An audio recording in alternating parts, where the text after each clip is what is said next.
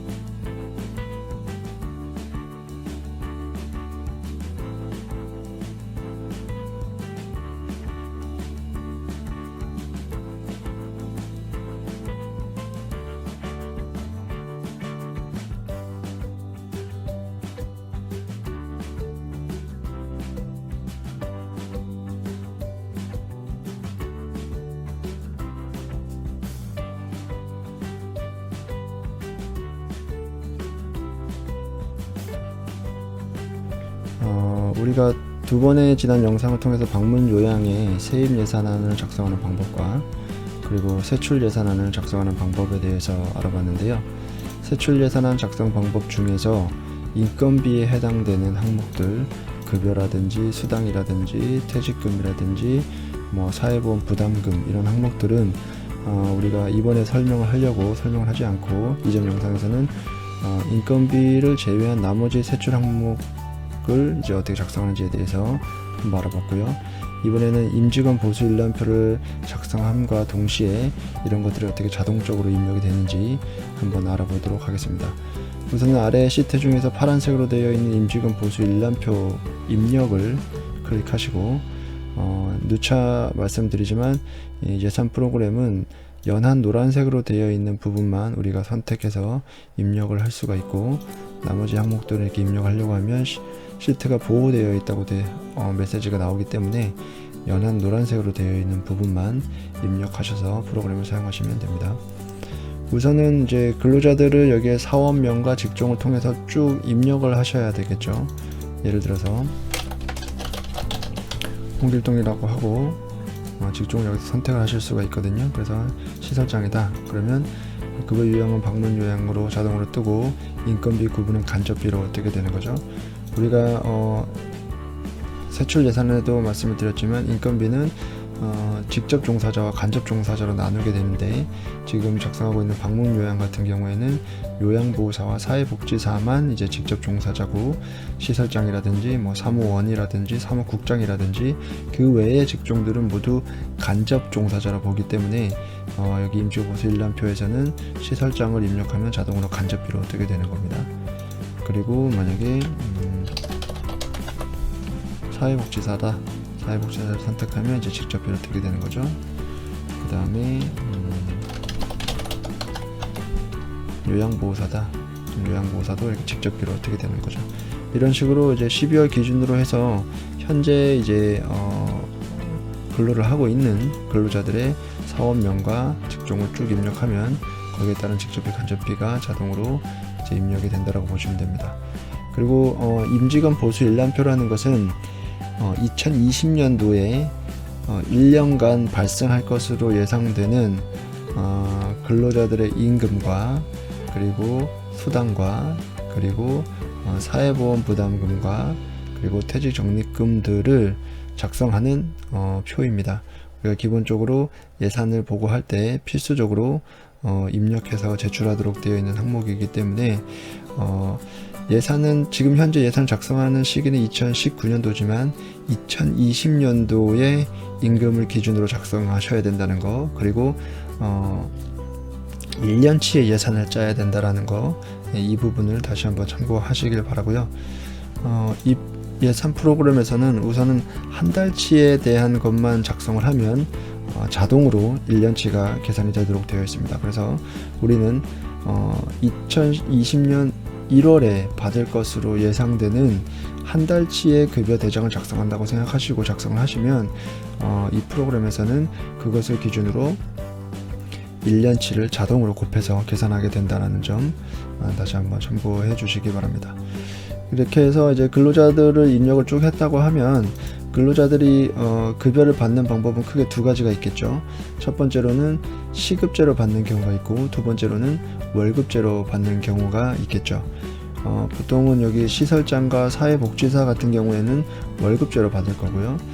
대부분 나머지 요양보호사들은 이제 시급제로 급여를 받게 되겠죠. 월급제 먼저 이제 급여를 입력하려면 월급제 입력칸에 급여를 입력하면 됩니다.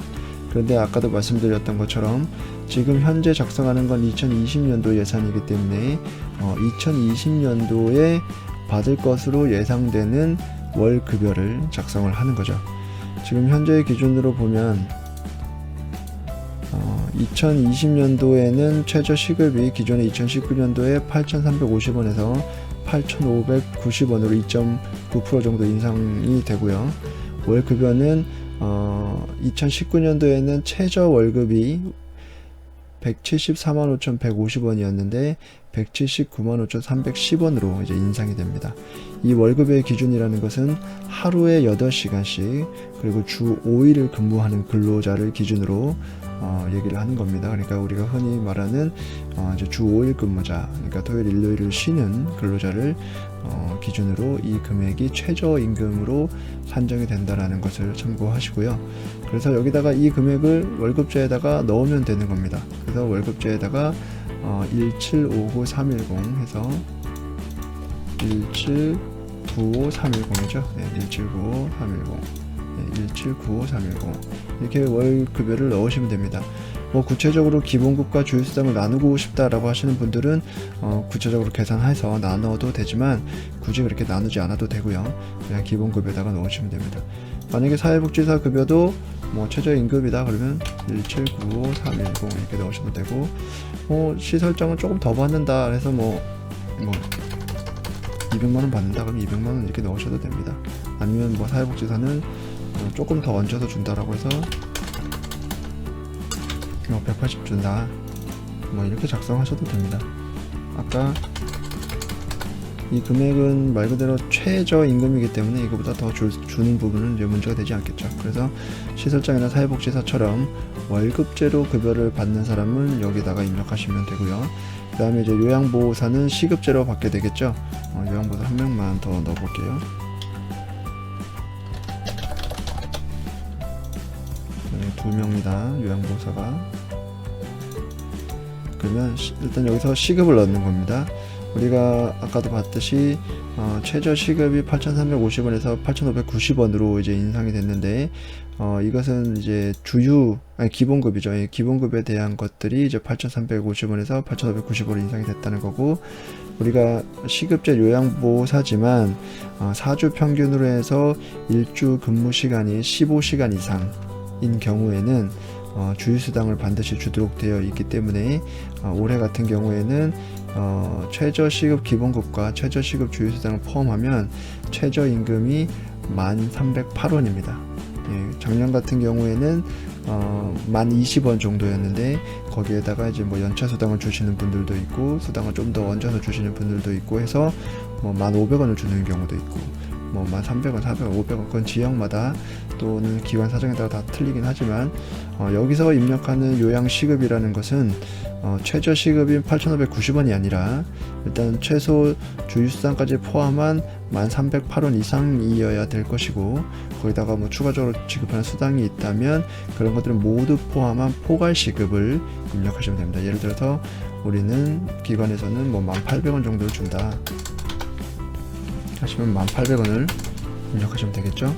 그 다음에 12월 아마 작성하는 시기가 지금 12월이실 테니까 12월 기준으로 해서 해당 근로자가 김희선이, 전지현이 한 달간 근무하는 근무 시간을 넣으시는 거죠. 김희선은 60시간을 하고 한 달에, 전지현은 40시간을 한다. 그러면 여기에 이렇게 자동으로 기본급과 주휴수당과 남는 돈들은 기타 수당으로 해서 이렇게 계산이 되어집니다. 이렇게 해서 쭉 계산을 하시고 말 그대로 다른 뭐 요양보호사들이 있다면 쭉 입력한 다음에 포괄 시급과 그리고 한 달 근무 시간을 여기다 입력을 쭉 하시면 되겠죠. 그 다음에 그 외에 지급하는 별다른 수당이 있다면 수당을 따로 입력하시고, 장기근속 수당이 있다면 입력하시고, 뭐 식대나 운전보조금 주는 게 있다면 따로 입력을 하시면 됩니다. 그러면 여기에 지급액계와 가세액계가 자동으로 계산이 될 거고요. 그 다음에는 사회보험 부담금이라고 해서 회계상에서 기관이 납부하는 4대 보험료가 자동으로 계산이 됩니다. 참고로 말씀드리면 여기서 말하는 세출 항목 중에 사회보험 부담금이라는 것은, 우리가 4대 보험이라는 것은 일반적으로 근로자도 내고 사업주도 내는 거지만, 회계상의 사회보험 부담금이라는 것은 100% 기관이 납부하는 사회보험금만을 얘기를 하는 겁니다. 그래서 그 금액이 여기에 표시가 된다라고 보시면 됩니다. 그래서 기관이 납부하는 국민연금과 기관이 납부하는 건강보험, 기관이 납부하는 장기요양, 고용보험, 그리고 고용보험 항목 중에서 기관에서만 납부하는 고환직능비용, 그리고 산재보험료까지 이런 내용들이 계산이 된다라고 보시면 되고요. 그 다음에 일용작금으로 만약에 입력할 금액이 있다면 따로 여기다가 넣으시면 됩니다. 그리고 참고하실 사항은 이 윗부분에 보시면 시설장의 퇴직금 적립 여부라고 해서 적립을 할 것이면 1번을 선택하고 적립을 하지 않을 것이면 2번을 선택하라고 해서 이렇게 선택할 수가 있는데요. 시설장은 대표자이면서 시설장 또는 대표자이면서 센터장인 경우에는 제도상 퇴직적립금을 적립할 수가 없죠. 그래서 그런 경우에는 적립하지 않는다라고 해서 X 해서 2번을 선택하시면 되고요. 만약에 대표자가 별도로 있고 또 시설장이나 센터장이 또 별도로 있는 경우에는 퇴직적립금을 제도상으로 적립을 할 수 있기 때문에 그런 경우에는 이제 1번을 선택하시면 됩니다. 대부분은 이제 2번이 해당이 되겠죠. 그 다음에 오른쪽으로 가셔서 퇴직금 제도 중에서 퇴직연금을 해서 계산을 할 거냐 아니면 퇴직금을 해서 계산을 할 거냐라고 선택을 할 수가 있는데 일반적으로 그냥 퇴직연금으로 계산하시는 게 좋고요. 굳이 나는 퇴직금 제도로 해서 계산하고 싶다고 하시면 퇴직금 제도를 선택해서 2번을 선택하시고 2020년 1월부터 매월 적립할 것으로 예상되는 퇴직적립금을 입력하시면 됩니다. 예를 들어서 300만 원이다. 네, 이런 식으로 입력하시면 됩니다. 뭐 기본적으로는 그냥 1번을 선택하시는 걸 권장드리고요. 이런 식으로 해서 임직원 보수일람표를 쭉 작성을 하시면 됩니다. 지금은 이렇게 4명만 기준으로 해서 작성을 했지만 여기서 참고하실 것은 다시 한번 말씀드리지만 월급제로 급여를 받으시는 분들은 월급제 입력란에다 넣으시면 되고 시급제로 급여를 받으시는 분들은 포괄 시급과 한 달 총 근무 시간을 입력하면 자동으로 이렇게 급여가 계산이 되고 별도의 수당을 지급하는 경우에 수당 따로 입력하시면 되고 그러면 이제 임금 총액과 기관에서 납부해야 되는 사회보험 부담금이 자동으로 계산이 된다. 그리고 퇴직적립금은 시설장이 적립을 할 거냐 말 거냐 선택하실 수 있고 퇴직금 제도 중에서 퇴직연금을 도입하고 있느냐 퇴직금을 도입하고 있느냐 선택할 수가 있습니다. 이런 식으로 이제 임직원 보수일람표 입력란을 작성을 하고 이제 세출 예산안 쪽으로 다시 돌아가 보면 이번에는 이제 급여 항목들이 자동으로 입력이 되어 있고 여기에 인건비 비율이 자동으로 계산이 되어 있는 걸 확인하실 수가 있죠. 우리가 방문 요양 같은 경우에는 2020년 기준으로 해서 86.5% 이상의 비율을 맞춰야 됩니다. 지금 우리가 작성한 것은 말 그대로 작성 방법만 알아본 것이고 실제로 예산을 작성한 건 아니죠.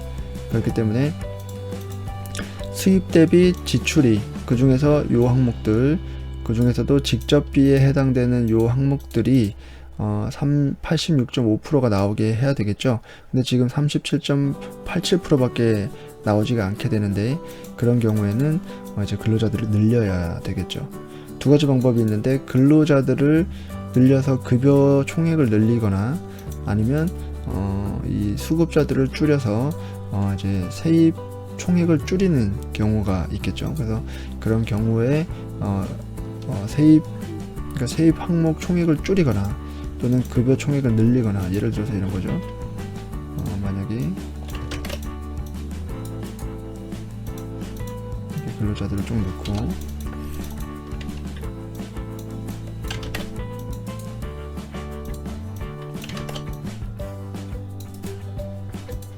이렇게 해서 지금 급여 총액을 쭉 늘렸죠. 그러면 급여가 쭉 늘어났을 거 아니에요. 그러면 세출 예산안에서 199.8%가 되네요. 이거는 너무 초과를 했죠. 그런 경우는 이제 줄여야 되겠죠. 다시 급여를 다시 지우는 겁니다. 그러면 165%가 되고, 이것도 너무 많네요. 그러면 이거 다 지우는 거죠.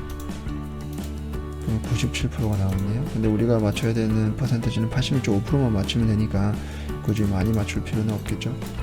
만약에 3명만 더 지어보면 71%, 여기는 조금 모자라니까 좀 더 넣어야 되겠죠. 자, 한 명만 지어보면 89.1%면 86.5%는 넘게 되는 거죠.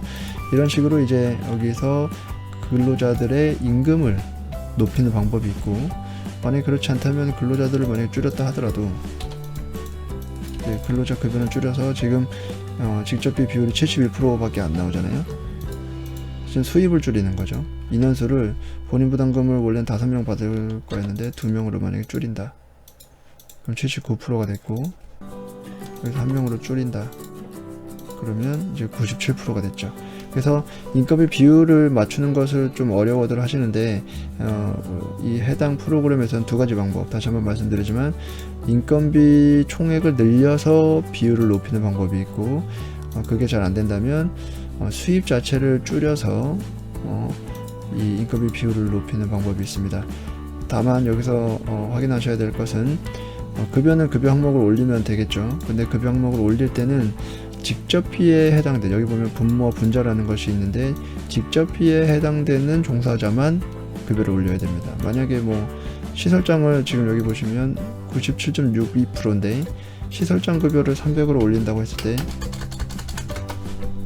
시설장은 간접비이기 때문에 비율이 변동이 없죠. 그렇기 때문에 비율을 만약에 변동시키고 싶다면 여기 직접비에 해당되는 종사자, 여기 방문요양에서는 사회복지사나 요양보호사의 임금을 총액을 늘려야 임금의 비율이 올라간다는 거. 두 번째, 분모를 줄일 때 예를 들어서 세입 예산에서 이런 차입금 같은 건 올리고 줄이고 해도 이 인건비 비율에 영향을 미치지 않습니다. 예를 들어서 만약에 차입금을 100만원을 한다라고 해도 인건비 비율은 변동이 없죠. 말 그대로 이 분모에 해당되는 금액이 올라가거나 내려가야 거기에 인건비에 이제 영향을 미치는 겁니다. 그게 바로 장기요양 급여 수입, 가산금 수입, 본인 부담금 수입, 장기 근속 장려금 수입입니다. 그래서 만약에 수입을 줄임으로써 인건비 비율을 높이고 싶다면 본인 부담금을 조절을 하든지, 아니면 여기서 말하는 장기 근속 장려금 또는 가산금을 조절을 해서 인건비 비율이 조금 올라갈 수 있도록 조절을 하시면 되겠습니다.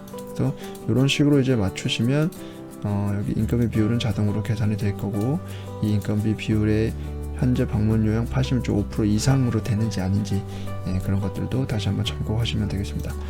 그리고 마지막으로 이제 세입 예산을 짤 때 제가 말씀드리지 못한 부분이 있는데, 세입 예산이라는 것 자체가 일단은 정확하게 짤 수가 없는 특성이 있죠. 말 그대로 계획이기 때문에, 지금 여기 보시면은 수급자를 이렇게 입력을 해서 지금 10명인데 이게 더 늘어서 15명이 될지, 또는 더 늘어서 20명이 될지 모르는 거잖아요. 왜냐면 이거는 2020년도, 그러니까 미래를 예측하는 게 바로 예산이기 때문에, 그래서 예산을 짤 때는 현재랑 가깝게 짜되 현재보다는 조금 더 수급자가 많을 것으로 예산을 짜시는 것이 아마 도움이 되실 겁니다.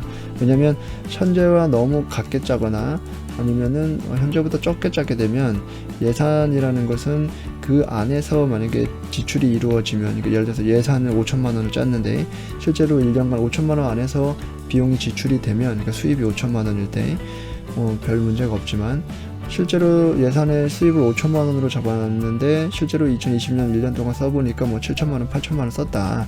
이런 경우에는 이제 추경 예산이라는 걸 또 잡아야 되고 그 추경 예산을 통해서 또 결산을 진행해야 되기 때문에 한 번 더 업무를 진행해야 되는 번거로움이 있기 때문에 예산을 작성하실 때 특히 수입을 짤 때는 현재 기준보다는 조금 더 넉넉하게 뭐 적게는 수급자가 5명, 뭐 많게는 10명 정도 더 수급자가 많은 것으로 해서 예산을 작성하시는 게 아마 추후에 업무를 추가적으로 하지 않아도 되는 편안함이 되실 것입니다. 그리고 이렇게 이제 세입 예산과 세출 예산과 임직원 보수일람표까지 다 작성을 했다고 가정을 하면 여기 예산 총칙에 보면 이렇게 세입 총액과 세출 총액이 보이게 되는데요. 여기 보시면 세입 총액이 1억 1,700 정도가 되고 세출 총액이 1억 1,700 정도 되는데 여기는 30만원 돈이고 여기는 80만원 돈이죠. 그래서 그 차액이 이제 55만원 정도가 발생을 하는데 55만 8,639원을 더 써야 된다라는 뜻이죠. 그래서 여기는 아직은 여기 보면 금액이 다 영원으로 되어 있기 때문에 이렇게 될 수도 있는 거지만 만약에 이게 다 되어 있는 상태에서도 저렇게 금액이 남아 있다면 58639라고 해서 예를 들어서 이렇게 지출상의 금액을 더 입력을 해서 세입 예산과 세출 예산이 세입 세출 차익이 0원이 되도록 예산을 짜셔야 됩니다.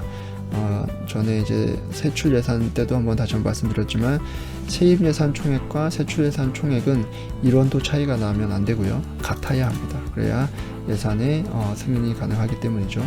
그리고 임직원 보수일람표 입력을 작성하면 임직원 보수일람표 결과가 이렇게 나오게 되고 여기 우리가 임직원 보수일람표 입력은 한 달치를 입력을 했지만 실제로 임직원 보수일람표 결과에는 1년치에 대한 금액이 이렇게 계산이 되는 거고요. 우리가 임직원 보수일람표에서 시설장을 퇴직금을 적립을 할 거냐 안 할 거냐를 우리가 옵션을 통해 선택을 했었죠. 그래서 임직원 보수일람표 결과에 보면 시설장은 퇴직금에 따로 적립이 되지 않는 이런 현상들을 볼 수가 있습니다. 만약 여기서 이것을 1번으로 바꿔서 1번이 적립을 한다, 시설장도 퇴직금을 적립한다라고 하면 퇴직 적립금 여기 표시가 되는 거죠. 이런 식으로. 그래서 여기서 이 옵션도 잘 선택을 하셔서 임직원 보수일람표를 작성하실 수가 있습니다. 자, 이렇게 해서 이제 세입 예산 작성 방법, 세출 예산 작성 방법, 임직원 보수일람표 작성 방법에까지 세 번을 통해서 방문 요양 예산 작성 방법에 대해서 알아봤고요. 해당 프로그램은 다시 한번 말씀드리지만 아래 번호로 문의하시면 구입하셔서 사용하실 수가 있습니다. 네, 감사합니다. 영상이 유익하셨다면 구독과 좋아요 그리고 알람을 설정하시면 새로운 영상을 바로바로 받아보실 수 있습니다.